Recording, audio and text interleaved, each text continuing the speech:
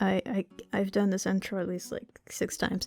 Hi, welcome to the video. I am going to be talking about FNAF fandom pet peeves that just kind of get on my nerves, and I'm pretty sure most people have these pet peeves.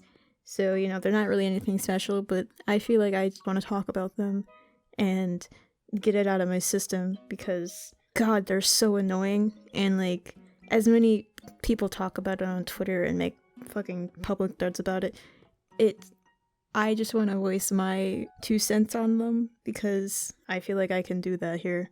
And like I said, most of these pet peeves are, like, pretty common. Like, they're pretty common talking points within the fandom. But if you're interested, I would say keep watching anyways, just so you can hear my perspective on things. Of course, if you don't know who I am, I'm Ven Beta. I usually go by Ven. I do art content, and recently I guess I am a FNAF artist, I guess. And it's so funny because, like, I think like a few months ago I was like, this is not becoming a FNAF channel. I'm 100% certain it's not becoming a FNAF channel, but these next few commentary videos are FNAF themed.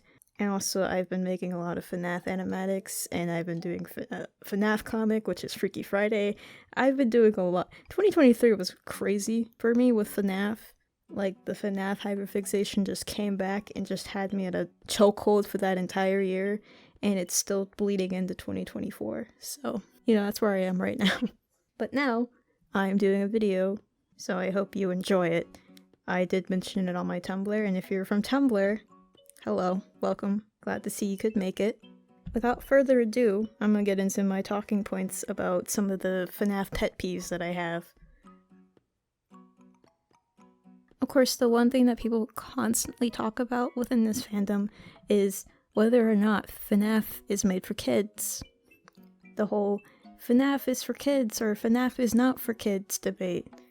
And it always kind of like bothers me a little bit / annoys me because there's like a lot of content on the internet that was originally not intended for kids, but ended up with like a younger audience somehow. Like, I feel like that goes with, like, any fandom on the internet back in the old days. I mean, yeah, you can think of Salad Fingers, you can think Don't Hug Me, I'm Scared. There's quite a few things out there that were, like, not intended for kids, but, like, ultimately had a child audience. And I think, of course, like, you're not gonna be able to stop kids from looking at any form of content, whether or not it's going to harm them. It's kind of hard to do that, and it's all because of, you know, parents not monitoring their kids, but that's another discussion for another time. Sometimes some FNAF fans want to pull the whole, well, it's gory, and it's scary, and it has dark elements in it that's not made for children. I mean, if you really think about it, how many horror movies have you watched when you were younger that have had similar themes? I mean, I do remember I watched, like, Friday the 13th when I was younger, or like Freddy Krueger, or any other horror franchise film when I was pretty young to be watching those type of movies. Like, they're not made for kids, clearly, but sometimes we stumble upon them at a certain age. And of course, it depends on who you are as a kid. You're either going to love it a lot, or it's going to scar you somehow, or sometimes both. Because if you think about it, most FNAF fans, such as myself, got into Five Nights at Freddy's when we were kids. It came out in 2014. You wanna know how old I was in 2014? At least 11. I was in the 5th grade. And the only reason why I knew about it is because, like, my friend was like, yeah, Markiplier's playing this horror game, is Five Nights at Freddy's, blah blah blah. And I was terrified as fuck by it because, like, I saw his fucking Bonnie thumbnail, like the first playthrough of it, and it was horrifying to me as a kid because I just couldn't tell what it was. That was like the fear of the unknown, because I just couldn't make out what it was. It was Bonnie, but like, to me, in my like 10-11-year-old brain, I couldn't make out what it was. But of course, over time, as I got into the franchise, I learned that it's just a bunch of animatronics, and that there was like a story to it, and it just got progressively more interesting. And here I am today, something over a fucking animatronic bear. But that's besides the point. I'm just saying that most of us here in this fandom have been there since the beginning, and we were all mostly kids when it first came out. So to say that FNAF is not for kids is kind of gatekeepy a little bit. I understand, because looking at it from another perspective, seeing how the recent FNAF games such as Security Breach or Help Wanted or whatever else is coming out now with this different theming to it, it looks like it is for kids. Like, looking at Security Breach, you wouldn't even like assume that it's from Five Nights at Freddy's because of how colorful and animated it is, which I understand. And also the FNAF movie, I mean, it has its moments, but it's kind of goofy in its own right, and I loved it for it. But like, I understand why some people are like, ugh, the new FNAF is like so kiddie and so it's like they're catering to the kids now. It's no longer what it used to be, and it's not scary anymore. Well, it's not scary anymore because you grew up with it and you no longer are affected by the scares. I mean, the story is still there, and there are going to be some moments where you're not affected by it as much. You've become desensitized to the jump scares because you've watched multiple playthroughs, or if not the same playthrough for like 10 years. Of course, it's not going to be scary to you anymore because you're not a kid. You're an adult. Like, I feel like that's basically what that is. It's just older or some FNAF fans being like, oh, it's not scary anymore and it's catering for kids. It's not catering to kids, it's just we've grown up with it and we've become desensitized. And so what if kids are picking up Five Nights at Freddy's? You want to know what I saw the other day? I was at Five and Below, and I saw a little, I think like a boy who was probably like 6 years old.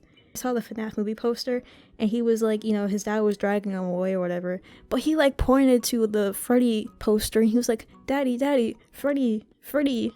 He was 6 years old. In my brain, I'm like, dude, that is a 6-year-old. How does he know about Five Nights at Freddy's? But like, if you really think about it, depending on how old you were in 2014, I feel like that's about around the time that most FNAF fans were, like, that's the age that most FNAF fans were, between ages 7 to 10, maybe even 12 years old, depending. I'm not saying all of them, but you were pretty young to stumble upon Five Nights at Freddy's at that age. So it's no different if like a 6-year-old or like a 10-year-old is into Five Nights at Freddy's now, because it's literally the same thing with us. So what if their first FNAF game is Security Breach? Who cares? So what if their first FNAF game was Pizza Simulator or Help Wanted? Like, it literally doesn't matter. And for people to be like, oh, it's not for kids. I mean, it doesn't have to be for kids, but you can't necessarily stop kids from enjoying Five Nights at Freddy's. It's kind of dumb. I feel like that debate is really dumb. And also, I feel like people also pull out the whole, it's gory and scary. They always pull out the VHS tapes. They're not even... I have to say, the VHS tapes are also kind of annoying. I watched the original VHS tapes, which was from Squimpus McGrimpus and Baddington ones, and yeah, they're scary. The Squimpus McGrimpus ones definitely scared me. I was like at least 16 years old when I watched those VHS tapes from that creator, and it scared me. It literally scared me.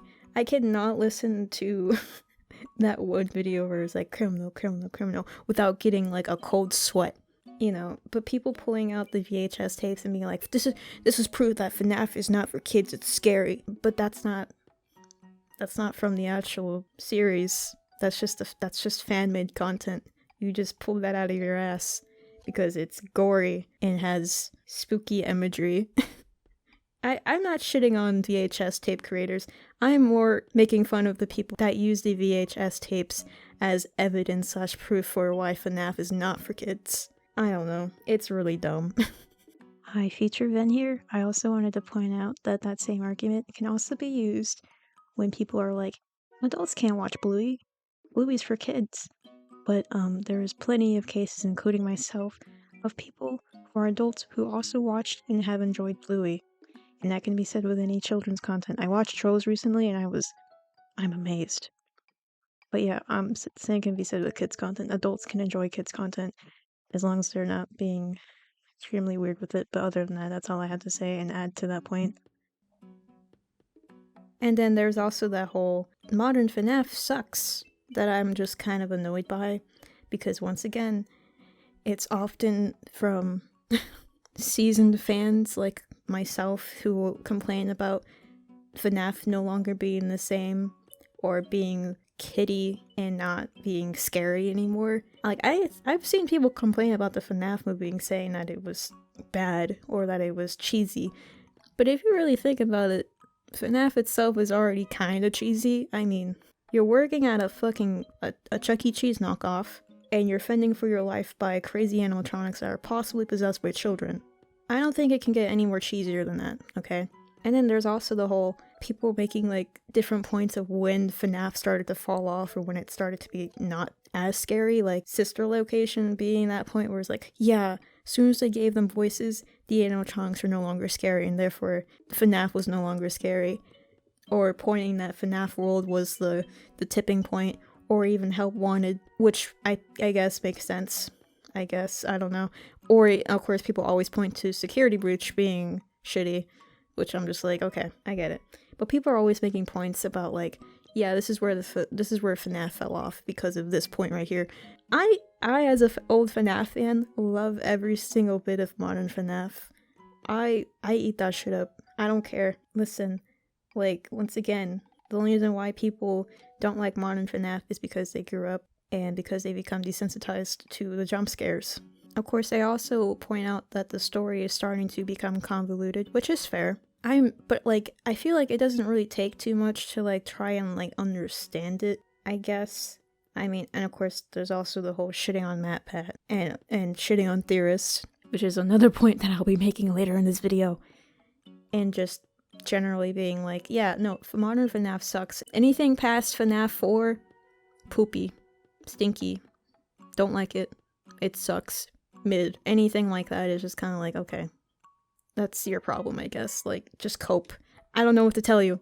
And sure, if you're still a part of the story and you just find the story to be convoluted, I think that's 100% fair. Because even I sometimes have moments where I'm like reviewing the lore of the story and I'm like, what the actual fuck does this mean? Or this part doesn't make any sense. Or why did they even do that? What? Like, just adding on stuff to it that just kind of like makes it a little harder to understand. Especially recently with like Help Wanted 2. I mean, Help Wanted 2 was interesting with its new lore reveals, but it was still just kind of like, what is happening here? Why is this happening? It's very confusing, but for me, I kind of like it that way. And I love the direction that modern FNAF is going with its storytelling. So I guess I am very biased on that. And then, revisiting this thing I mentioned that people tend to shit on Security Breach because, once again, modern FNAF sucks. And they tend to go point fingers at Security Breach for some reason, which I get. Security Breach wasn't the best optimized experience. Our standards for it were not met. We were so used to Scott Cawthon's game development and his quick ability just to pump out good quality games within like a span of a few months for like almost 7 years. And then we get Security Breach and all of a sudden it's like, what is this? You know? I get it. I get why people might not like it because of its optimization. And maybe because of its story and the things that were cut out from it. I'm kind of mad about it too. I'm a little mad that we didn't get the original story that it was intended to tell. But you know what? Regardless, I still love it because it's bringing on a new era of FNAF. And I get it. People can have their opinions and people cannot like a game. Or they cannot like certain characters or how a story is going. But like, I feel like shitting on Security Breach is just kind of like an easy out to just say that you don't like modern FNAF.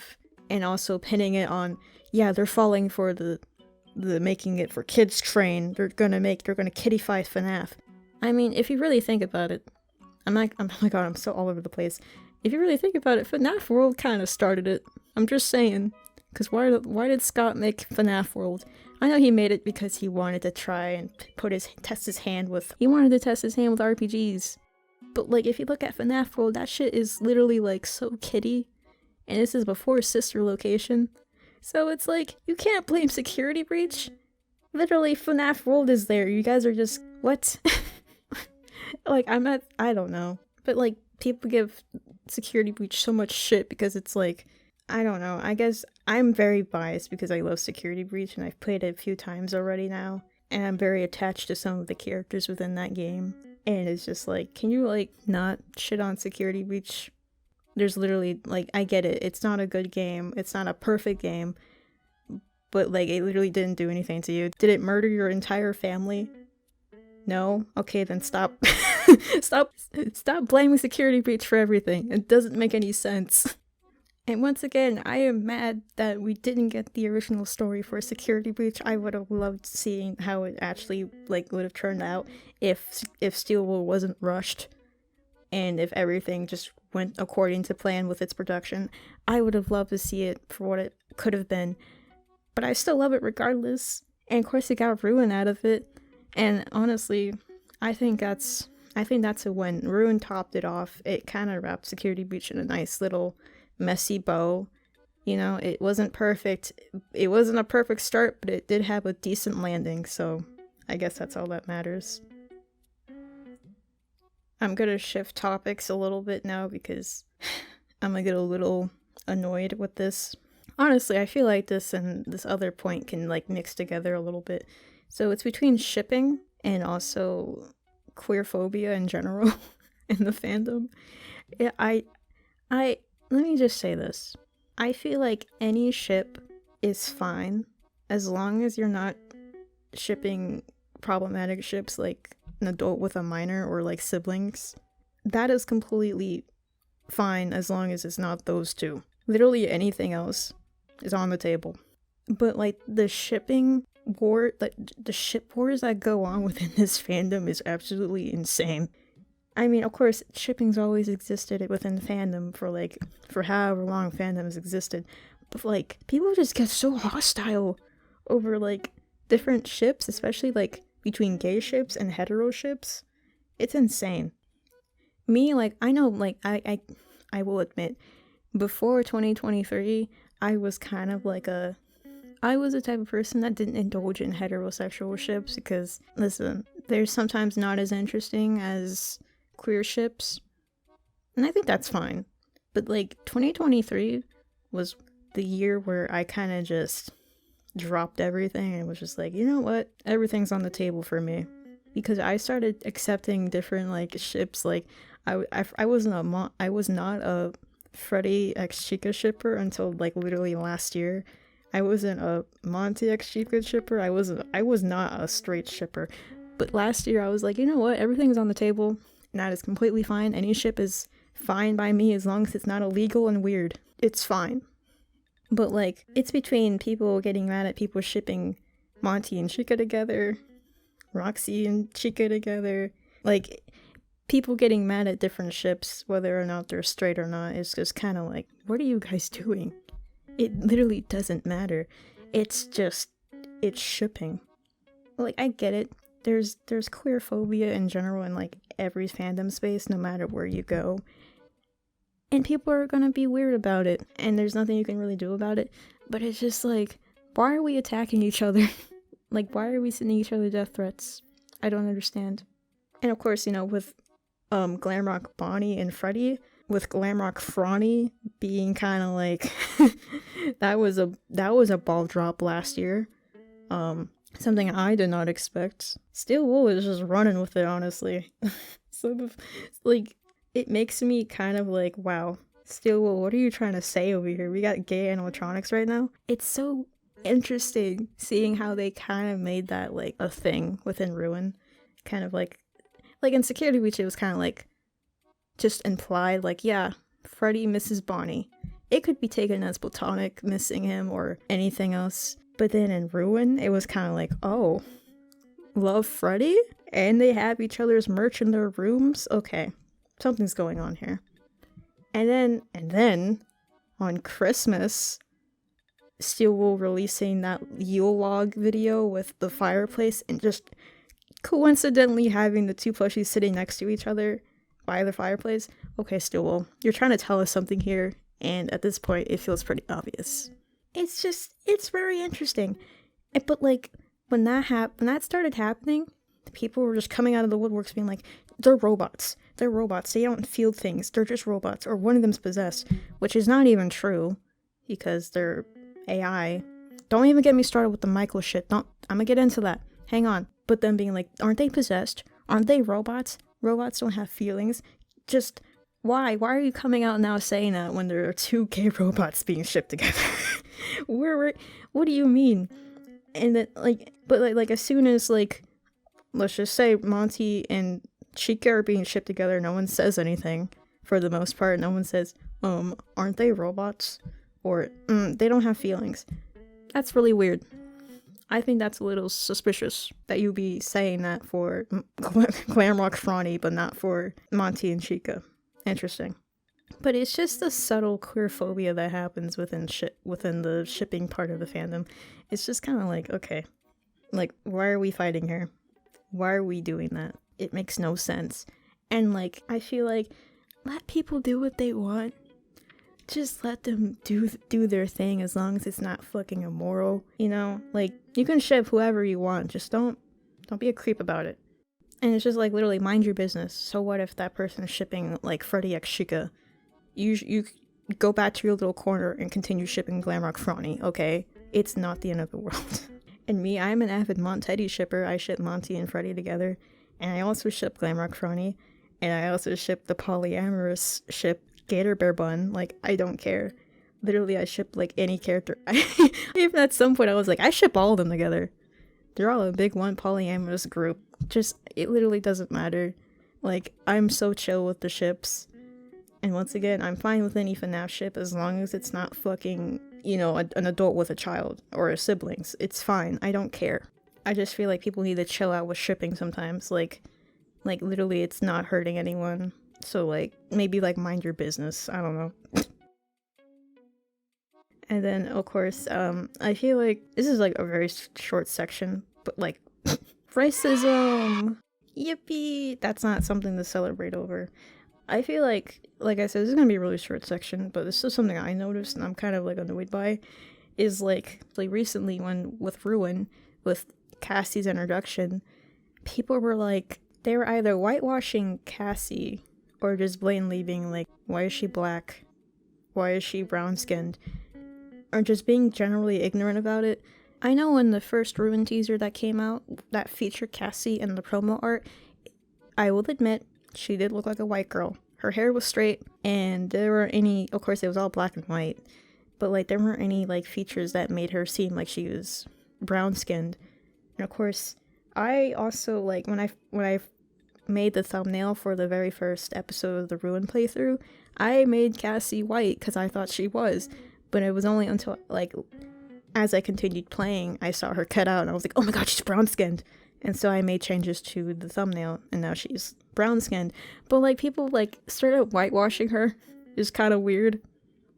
I get if you didn't know, but at the same time, if you've gotten far enough into the game, you would have seen that her skin color is brown, and that she is therefore not white. And yet, I still see some people whitewashing her, or just ignoring the fact that she is dark-skinned. It's kind of weird. And also, people are probably just being a little gross about it, being like, ew, why is there a brown character in FNAF?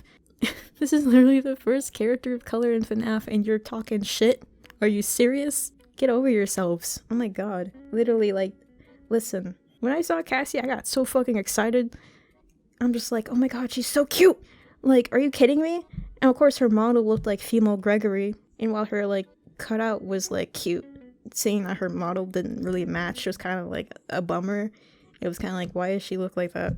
And that was, the point people made. They're like, well, her model doesn't match. She's not brown. But, okay. But that doesn't change the fact that she's still brown-skinned. Don't whitewash her. Literally. It's not that hard to not whitewash a character. And then, of course, in Help Wanted 2, spoilers, I guess, we see Cassie, and her model is completely different, and it looks similar to her actual cutout design. And I think that's adorable. I don't know, some people are a little nitpicky with her hair not being completely curly, but I love it. I love it. Yeah, I agree. Give her hair a little definition, but other than that, she's adorable.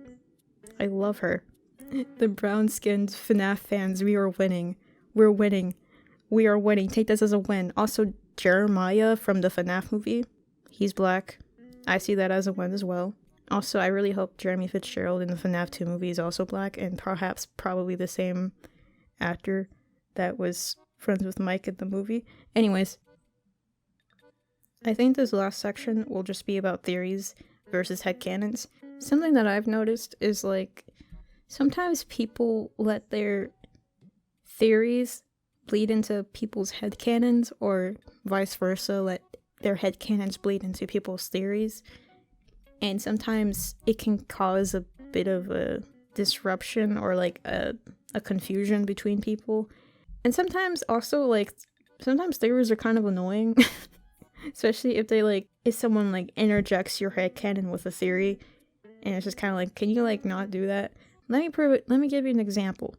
So in Freaky Friday, Monty and Freddy switch bodies, and you know, it's all just based on silly alternate universe scenarios and like based on my own personal headcanons and whatnot of how some of the characters act. And I think I seen like one comment, I think it was on one of the dubs, where someone was like, it's kind of weird because Freddy's possessed by Michael, so that means he's inside Monty. I'm like, no, that is not what's happening at all. And that's what I mean, is people using their theories, such as Michael possessing Glamrock Freddy, and involving it in someone else's headcanon or someone else's story that just kind of like, this is like, can you not do that? That's weird. I get it. I'm not opposed to Glam Mike, but over time I find myself getting annoyed by it because people just kind of injecting that to everything with Glamrock Freddy. Politely, respectfully, be quiet. This is not about Michael Afton. Don't get me wrong, Michael Afton is an okay character in my opinion. I think he's fine. I think he's okay. I don't really think about him too much. But like, I even had like another headcanon about Freddy, like about him being like a pyromaniac or whatever. And someone was like, yeah, so Michael coded. I'm like, shut up! Be quiet! This is not involving him. Stop! You know? It's just like, can you leave Michael Afton alone? He's dead. He is dead. He is not involved. And it's oftentimes kind of just like, can you not do that? Oh, and don't even get me started with the Freddy edit that I made. There was like quite a few people, of course, that were just like, isn't he a robot? Isn't he possessed? I'm just like, no. I mean, yeah, he is a robot, but he is not possessed. And I swear to God, I saw one person that I responded to. They're just like, actually, he's possessed by Michael Afton. And I was like, is that canon? Was it confirmed? And they're like, actually, I'm not quite sure. I'm like, why did you say it? If it's not confirmed nor canon, then why did you say it? He's not possessed by Michael. Literally. It's just kind of like, can you stop? Stop it. Stop. Makes me want to get the spray bottle and start spraying people every time they insert Michael into literally every Freddy situation. I get it. There is a possibility that Michael might be possessing Freddy, but it's not like 100% confirmed. And even in like headcanons or alternate universes where Freddy is not possessed, like at all, he does not have any Michael influence in him. Sometimes people still pull out the Michael Afton card, and it just kind of bothers me a little bit. I'm just like, can we just leave that poor man alone? Can he rest in peace? Can he like not possess an animatronic? Please, I'm begging you. Stop it. Let him rest. And then there's also like, I guess that was like the one thing that bothered me. I think that was also the one thing that made me want to do this video. And then of course, you know, people mixing their headcanons in with theories, you know, that can cause confusion. I haven't seen an example of this yet, but I feel like it's probably happened where someone is telling a theory and then someone just drops their headcanon in the fucking like comment section. And it's just kind of like, people think, yeah, that's canon. Or, yeah, that's a theory, but it's just a headcanon. That's just a theory. A game theory. Anyways, but it's just like, okay, let's try not to mix our headcanons and theories up. Sometimes they don't mesh well. Sometimes they'll lead to more confusion. And it's also just kind of like, like, I don't know. I can't describe it. It's kind of just like, don't do that. You're going to confuse people even more. Because then, like, people are gonna get, like, you already saw what happened with Security Breach with people's theories about it. They're like, yeah, there's 2 Vanessas. No, there isn't. There are no 2 Vanessas. Where did you get that idea? Just because VR sisters are a thing does not mean that Vanessa are 2 different people. How are you getting that idea? I don't understand. Just because MatBad said it doesn't mean it's true. Listen, I get the man is retiring, but please. That is the one theory that pisses me off. It's like, there are 2 Vanessas. No, there isn't. The fire escape ending doesn't make any sense already. There went... Huh? Stop it. Wow, I've gone off the rail with this video. All I will say is, I think this entire video is basically just me being like, hey, can y'all just chill out about things? Because, like, literally there's like something called minding your business. Like, there are some things that, like, I feel like people need to understand, like, this is literally not a problem, or you're making this a big issue, and it's not that serious, unless it is. This is a serious case. But, like, literally, if it's anything as trivial as shipping 2 gay robots together, then it's just kind of like, just mind your business. It's, like, not that serious. It really isn't. And I feel like that's basically the whole thing with some of these, is just, can you just chill out? Take a chill pill? Smoke some weed or something? I don't know. That was an old Markiplier reference, holy shit. Anyways, that's the end of this video. Enough of my rambling. I hope you enjoyed, and I hope that made sense. I hope that wasn't just complete rambling on my part. It probably was, but I hope to make more videos like this in the future. I have more videos planned of me rambling like this, and they're all FNAF themed, so look forward to that. If you came from my Tumblr, thanks for sitting through this video. You can like, comment, subscribe, do whatever you want, you have free will, and I hope to talk to you later. Bye-bye.